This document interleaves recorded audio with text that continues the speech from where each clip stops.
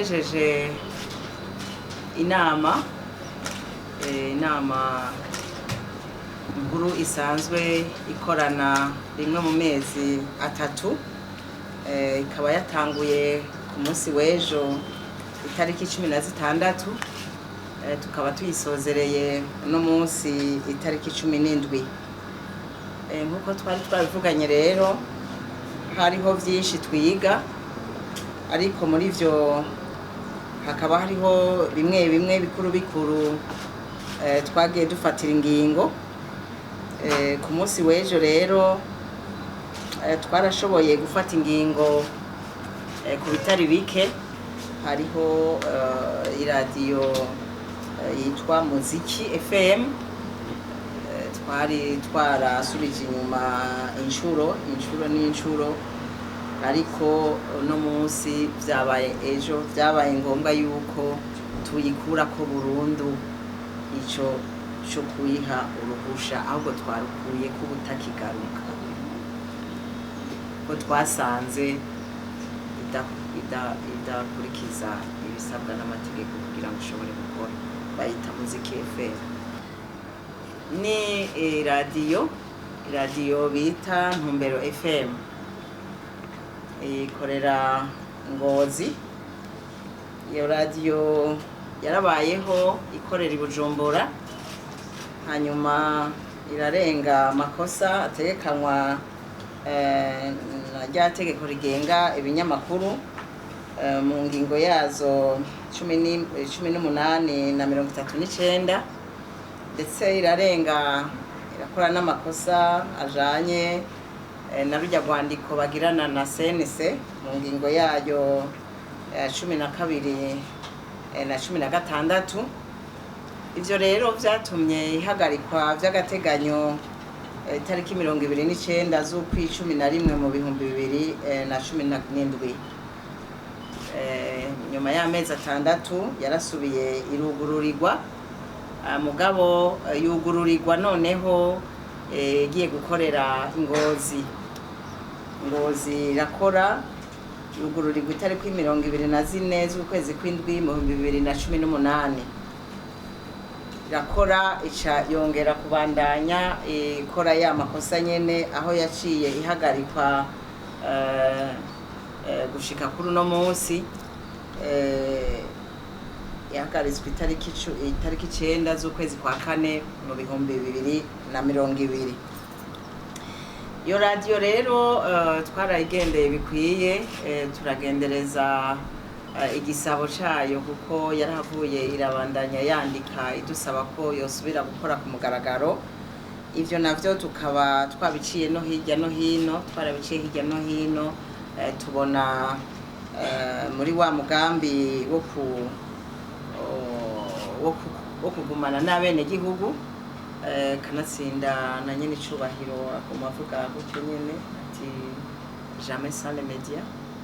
Hariho rero abaguma bibaza ati none ko yavuze jamais sans les médias twoho tubaye abande. Ni muri iyo ntumbero rero twagerageje kubaherekeza, turabafasha kugira ngo basubire kwiyunga, bongere kuja ku rubuga kubimenyesha amakuru. Uno munsi rero twabemereye ko bagiye kongera gusubira gukorera ku mugaragaro, bashoboye kwihweza ivyo twasavye ko bakwiza bisabwa n'amategeko. Muri ivyo kandi twarashoboye kwigira hamwe amakosa canke ibintu bijanye n'umwuga bitosekara, aho mu mibereho y'urwego CNC tugerezwa kwama twabashikirije ibiriko biratosekaza umwuga. Muri ivyo mu mezi 3 akurikirana hari ivyo twababwiye mu nama iheruka igihe twabatumako kuri point de presse, ariko no munsi twashoboye turazwongeye kandi turabishikiriza inama ikoranye n'abayigize, aho bagarutse cyane ku kijanye n'itosekara ry'umwuga, n'itosekara ry'imico kama, biciye muri za ndirimbo zivugira ku mbonesha kure n'ibinyamakuru. Aho rero twahatevye cyane, twarahatevye cyane kuko twasanze by'ukuri ari ikintu gishobora gushikira abenegihugu batari bake. Nagomba muri ivyo ndabamenyeshe yuko haruhande ya ziriya 31 twari twafatiye ingingo, turashariko turihweza ko mu minsi tuzohagarika izindi, tubandanya tuzumviriza neza ko zose zirashika hafi 62. Iruhande y'ivyo turategekanya yuko tuzohamagara aba baririmbyi mu minsi ya vuba kugira dusubire twicarane tuganire kuko bo bararirimba hanyuma bigaca ku binyamakuru tujejwe, natwe nibwo rubuga dukorerako. Ibinyamakuru tujejwe rero ntitwifuza ko bizohava bihabwa ibihano bizira indirimbo z'abaziririmba kuko bobo n'abacuruza.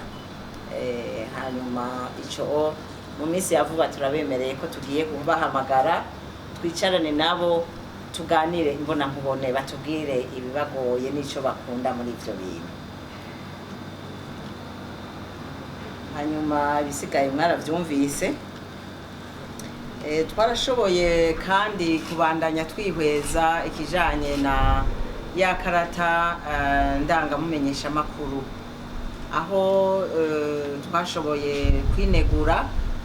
Turabona kumwe ko hariho abakunze kuza badushikiriza ikibazo cy'uko amakarata yabo afise utunenge. Ico tukaba twaragiciye hirya no hino, kandi twasanze abazironse mu maguru masha bitewe na nkumbure na bwa burambe mu kazi mukunda kwanka, vyatumye bazifyatuye zirimwo utunenge. Mugabo abazironse hagati na hagati n'amajanyuma bazironse zimeze neza, ariko tukaba tuzi neza ko n'abazironse zirimo utunenge twashoboye kubabwira ko atamutsi wishibere bazozigarukana zigasubirwamwo, kandi ico carakoretse ku batari bake. Twagomba tubasabe rero mutwumve kuri ico, ntitubandanye dukorera mu myidogo, kubera kuko imyidogo yubaka irasambura. Kimwe gusa twarasanze hariho utundi tubazo tujanye mbega abatarabamenyesha amakuru bobo ivyabo ni gute, boronka iki mu kibanza c'iyo karata menyesha ndangamumenyesha amakuru. Kuri ico twaraciye hirya no hino, turaraba ico itegeko rivuga, kuko itegeko niryo ryonyene dushobora kuronka twishimikiza mu kugira ngo dukore ico dukora cyose.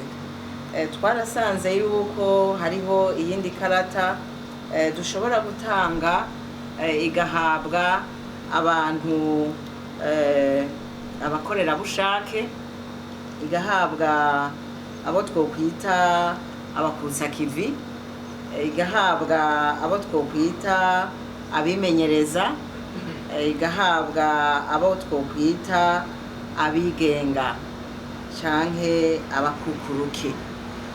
Iyo nayo tuzoyitorera uko yitwa n'ingenisa, gutyo abasanzwe babakoresha bakaza bamenya ico babatuma naho babatuma bakurikije ikarata bafise ukwisa nuko imeze. Twarabonye yuko kandi hariho n'iyindi karata dushobora gutanga ico umuntu yokwise ikarata y'iteka. Ikarata y'iteka nayo nyene irategekanywa muri ka gatabo kagenga umenyesha amakuru. Turabona kumwe ko hari abo bayibereye tuzoshobora kuyiha mu misi iza, kandi abo rero ntibayisaba ko murumva ko arabiteka nyene. Hanyuma uno munsi naho, uno munsi twashoboye gushikanaho nyene ku bitari bike, uretse ivyo nari nababwiye ejo bijanye n'ingene akazi ka misi yose ko muri uru rwego gakora. Hariho n'ibindi bintu bijanye n'amadosiye y'ibimenyesha amakuru vyasavye kwemererwa kugira bikorere ku mugaragaro. Muri ivyo tukaba twashoboye kwemerera ikinyamakuru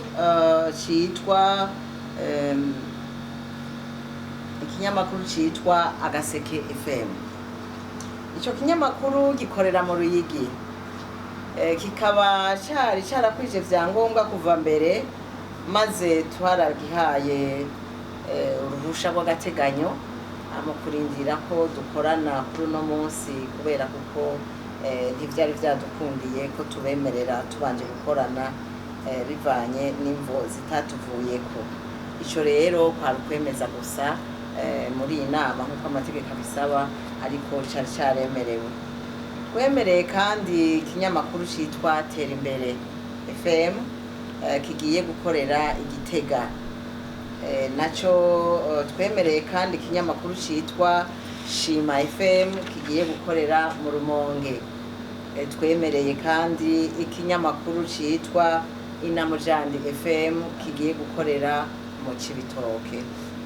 Ivyo binyamakuru vyose rero uko ari 4 twavyemereye kubera iki?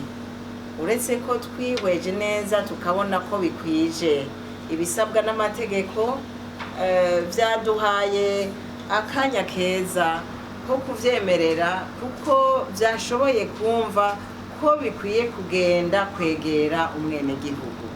Nk'uko muvyumva, nta kinyamakuru na kimwe kiri hano i Bujumbura. Mwumvise Ruyigi, Gitega, Rumonge na Cibitoke. Twihweje rero ivyo badushikirije bashaka gukorera n'umwenegihugu, sinobivugira ngaha ko ni birebire, ariko ni vyiza cane.